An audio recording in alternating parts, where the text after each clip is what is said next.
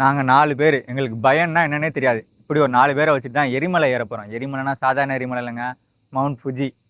இது ஏறுறதுக்கு specially skill cells வேணும், சேலஞ்சஸ் தாங்குற மாதிரி மனோதைரியம் வேணும். அப்படிலாம் பொய் சொல்ல மாட்டேன். இது யார் வேணாலும் ஏறலாம். முட்டியும் காலும் சரியாக இருந்தால் ஏறிடலாம். என்ன ஏற ஆளை பொறுத்து, ஒரு நாளோ ஒரு மாதமோ.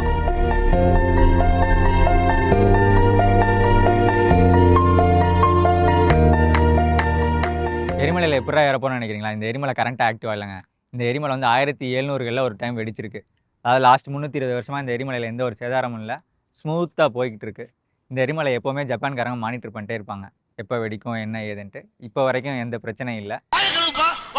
இந்த மலை மட்டும் வெடிச்சிச்சுன்னா ஜப்பானுக்கே பெரிய இம்பாக்டாக இருக்கும். அது மட்டும் இல்லை, இந்த ஊரில் இருக்க எல்லாரும் இந்த மலையை வந்து சாமியாக கும்பிட்றாங்க. இந்த மலையோட உயரம் என்ன தெரியுமா? 3776 மீட்டர். அதனால தான் இந்த ஊரில் இருக்க எல்லாரும் வந்து என்ன நினைக்கிறாங்கன்னா, இந்த மலையை வாழ்க்கையில் ஒரு டைமாவது ஏறணும்னு நினைக்கிறாங்க. இந்த மலை ஏறதுக்கு மொத்தம் 4 வழி இருக்குது. கோத்தெம்பா, ஃபுஜினோமியா, யோஷிதா, அப்புறம் சுபஸ்ரீ. சுபஸ்ரீன்னு சொன்னால் நம்ம கேமராமேன் ஃபேஸுக்கு கொஞ்சம் பிரைட் ஆகுது. தப்பி தம்பி, இது இந்த ஒரு வழி பேர்.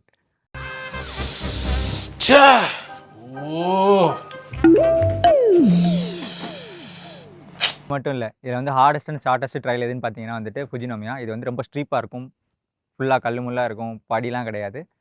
அப்புறம் பார்த்தீங்கன்னா யோஷிதா, இது வந்து பிகினர்ஸ்க்கான ட்ரையல். ஓரளவுக்கு லைட் ஸ்ட்ரீப்பாகவும் படிக்கட்டு எல்லாம் போட்டு வச்சுருப்பாங்க. எல்லோரும் இந்த மலையை வந்து அடிவாரத்தில் தான் ஏற மாட்டாங்க. இந்த மலையை மொத்தம் 10 ஸ்டேஷனாக பிரிச்சிருக்காங்க. ஒவ்வொரு ஹைட்லேயும் ஒவ்வொரு ஸ்டேஷன் இருக்கும். மோஸ்ட்லிலாம் 5ஆவது ஸ்டேஷன்லேருந்து தான் ஏறுவாங்க. அது வரைக்கும் தான் பஸ்ஸு, கார் எல்லாமே அக்சசிபிள் உண்டு. 5ஆவது ஸ்டேஷன்லேருந்து ஏறதுக்கே அண்டர் கிரவுண்ட் ஆட்டங்கன்றோம். இவங்களாம் நான் வச்சுக்கிட்டு நான் எப்படி ஏற போகிறேன்னு தெரியல.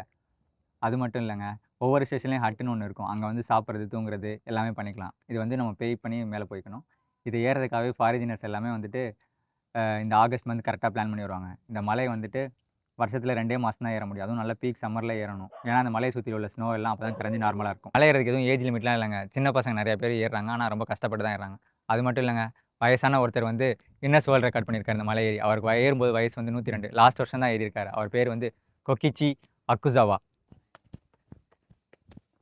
இப்போ தான் நம்ம வீடியோட மைய புள்ளிக்கே வந்திருக்கும். அதான் என்னென்னு கேட்குறீங்களா? ப்ரிப்பரேஷன். நம்ம ஒரு நாளைக்கு 1 ஹவர்லேருந்து 2 ஹவர்ஸாவது வாக்கிங் பண்ணணும். அப்புறம் நம்ம விவேகாயா மாதிரி ஒரு 10 வாட்டி படி ஏறி இறங்கினா ஓரளவுக்கு முட்டி ஸ்ட்ரென்த் ஆகிடும். மலை ஏறிட்டு வந்துடலாம்னு நினைக்கிறேன். எல்லாம் மேலே இருக்கவன் பார்த்துப்பான். ஏன்னா நம்மளை மேலே கூப்பிட்டு போகிறானா இல்லை பத்திரமா கீழே கூப்பிட்டு வரானாங்கிறத வெயிட் பண்ணி வாட்ச் பண்ணுங்கள்.